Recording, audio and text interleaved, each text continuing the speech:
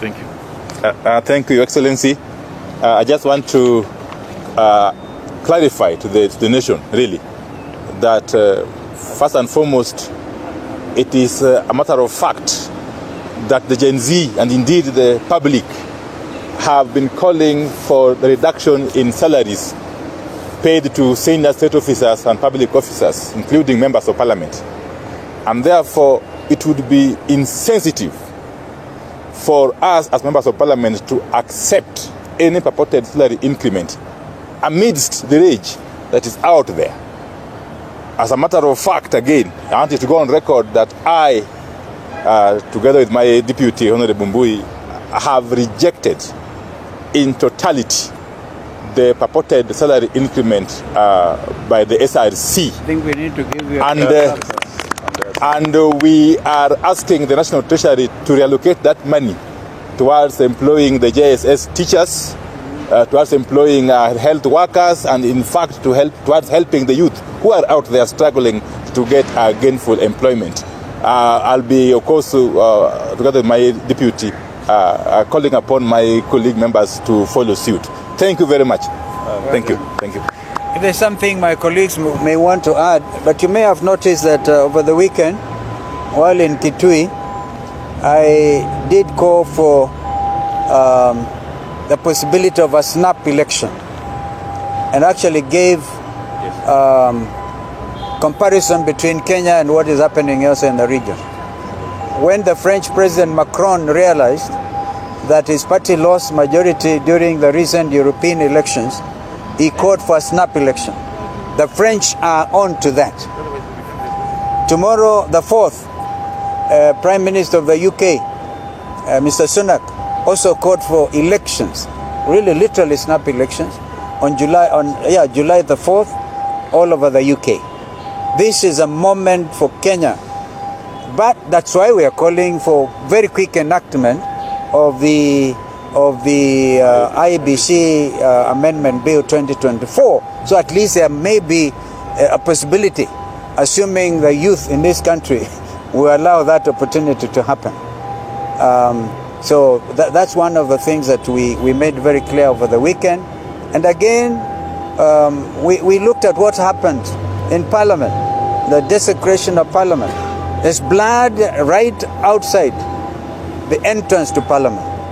And we suspect, I've never gotten this confirmation, the young man who sat on the Speaker's chair was brought down. Blood right in the chamber. How, in all honesty, will members of Parliament want to sit in a place like that? These are some of the questions that we must ask as leaders. But, Mheshimiwa Eugene, if there are any questions? If there are questions, I can deal with them. The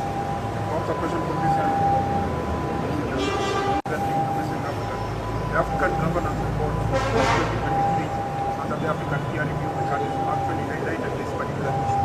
Speak out.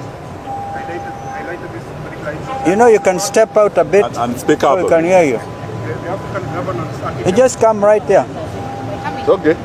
So we can hear you. Yes, yeah, because the media actually, so the media can focus on you. The African Governance Architecture under the African Peer Review Mechanism gave a report on governance, and they highlighted these particular issues on youth, on unemployment, on various other things. And there's also a plethora of issues within this particular report. Are you calling for a transition committee? And in this particular transition committee, who do you have in mind as a meal? Transition committee at the national level? Yeah. That is where if the institutions... Perhaps also considering the youth, also disbanding these particular institutions to include parliament and perhaps the judiciary. And that can be witnessed by the banning of parliament and banning of the judiciary. So, what can you say about that? That is a lot of food for thought, but Jeremiah, I think you had given some thought to it actually. No, let me Sure. just say,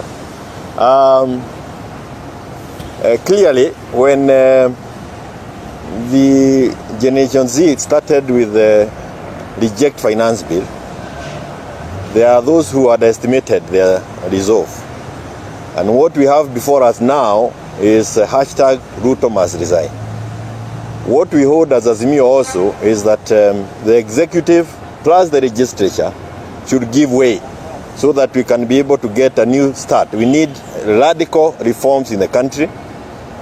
We do not want cosmetic application.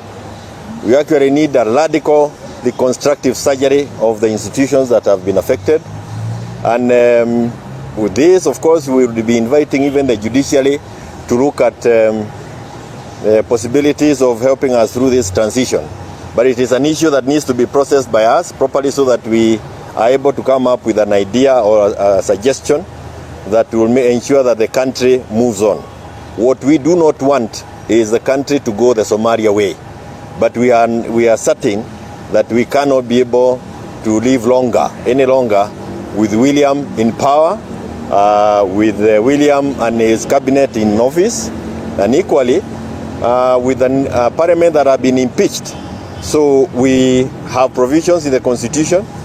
You can look at Article 134 all the way to Article 146, and we need to interpret them a little bit more liberally so that we can be able to get ourselves out of where we are. And it is possible for us to transit from where we are to our next system, which is more inclusive and perhaps one that can help us navigate through the difficulties that we are in. The only other thing that I can also add is the issue of financing. There is a struggle with the Ruto to try and assign financing to individuals all over. The Generation Z or Generation Z were being financed by their parents. Bus fare, pesa ya kunywa chai, pesa ya kurudi nyumbani, bundles, that is the financing that was being done by parents. So if you are looking for who was financing, go for the parents. Stop scapegoating and stop hiring goons, like it has been said. Thank you. Okay, thank you. Another question, or we probably end it up there? There's one on this side.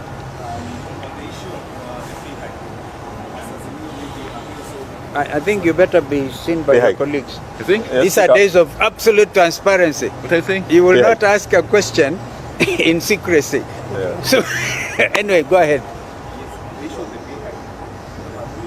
As a meal, given a directive to the coalition government, we get the pay hike. The pay rise. We're going to do that. I think that, well, he has spoken on behalf of MPS, the National Assembly. This goes to all our governors, all our MCAs, right? Complete and total rejection. In fact, it's like kicking our youth on the teeth. When they have been shedding blood to have a better country, then you go and do the opposite. Yeah, very good. Thank you. Thank you. Thank you.